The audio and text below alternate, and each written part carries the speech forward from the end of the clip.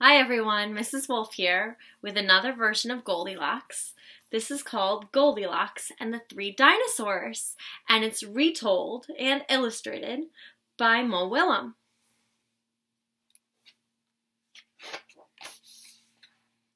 Goldilocks and the Three Dinosaurs.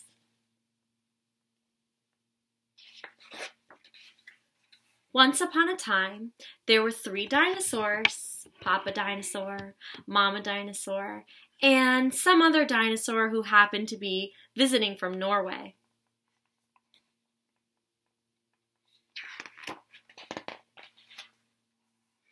One day, for no particular reason, the three dinosaurs made up their beds, positioned their chairs just so, and cooked 3 bowls of delicious chocolate pudding at varying temperatures.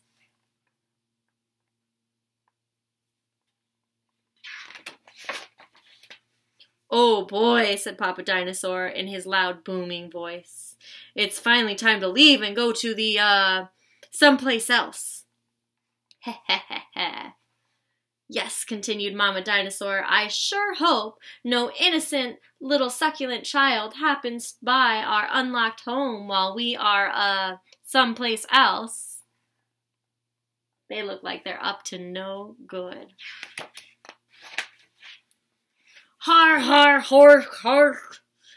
The other dinosaur made a loud noise that sounded like a big evil laugh, but was probably just a polite Norwegian expression. The three dinosaurs went someplace else, and were definitely not hiding in the woods, waiting for an unsuspecting little girl to come by.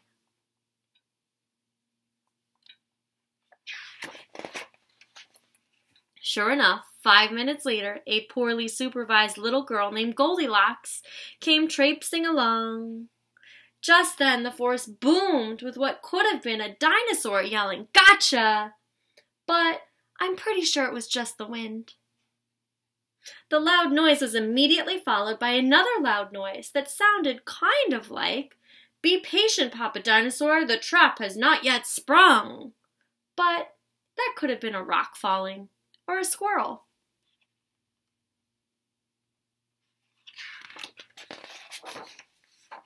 Either way, Goldilocks was not the type of little girl who listened to anything or anyone.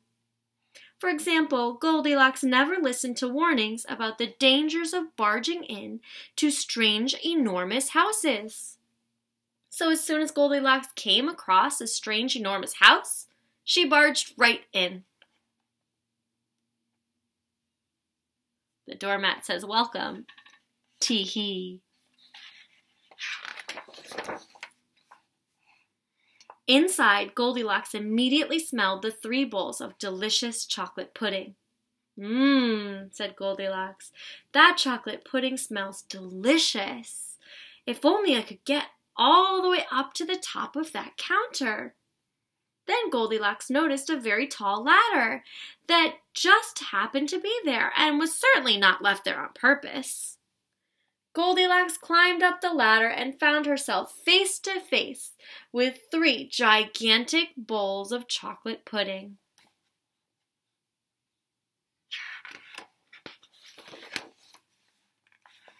The first bowl of chocolate pudding was too hot, but Goldilocks ate it all anyways because, hey, it's chocolate pudding, right?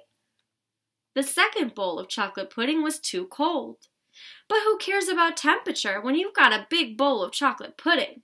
Not her. The third bowl of chocolate pudding was just right. But Goldilocks was on such a roll by now, she hardly noticed.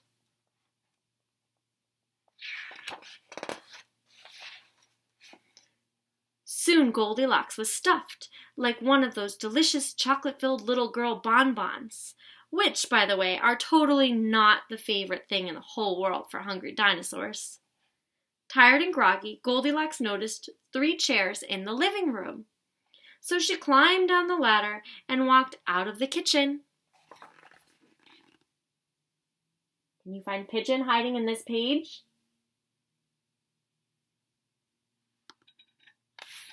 There he is. The first chair was too tall. The second chair was too tall. But the third chair was too tall. Goldilocks wasn't going to climb that high just to sit in some chair. So she hiked over to the bedroom. When she got there, Goldilocks noticed that the beds were also gigantically big. "What's going on around here?" groaned the exhausted girl.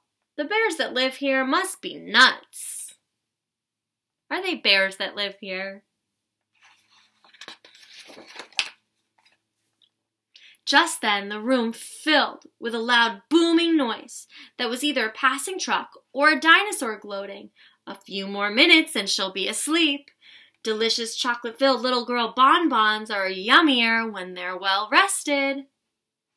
Even a little girl who never listens to anyone or anything had to hear that.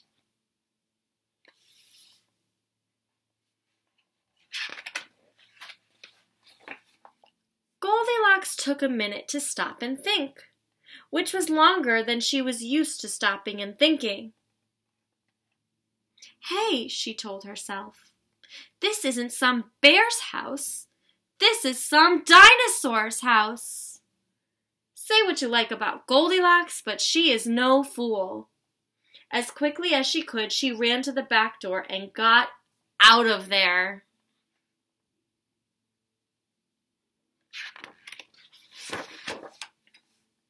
Just then, a loud plane flew by, which sounded pretty much like a trio of dinosaurs yelling "Now!" or "Charge!" or the Norwegian expression for "Chewy bonbon time." Suddenly and completely coincidentally, the three dinosaurs all rushed through the front door.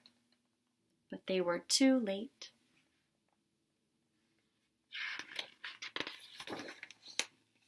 Goldilocks was gone, and all that was left in the house were three disappointed dinosaurs. The end.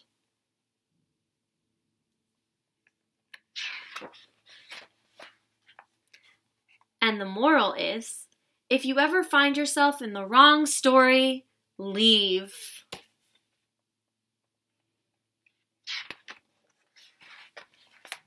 And the moral for dinosaurs is, lock the back door. The end. I hope you enjoyed it.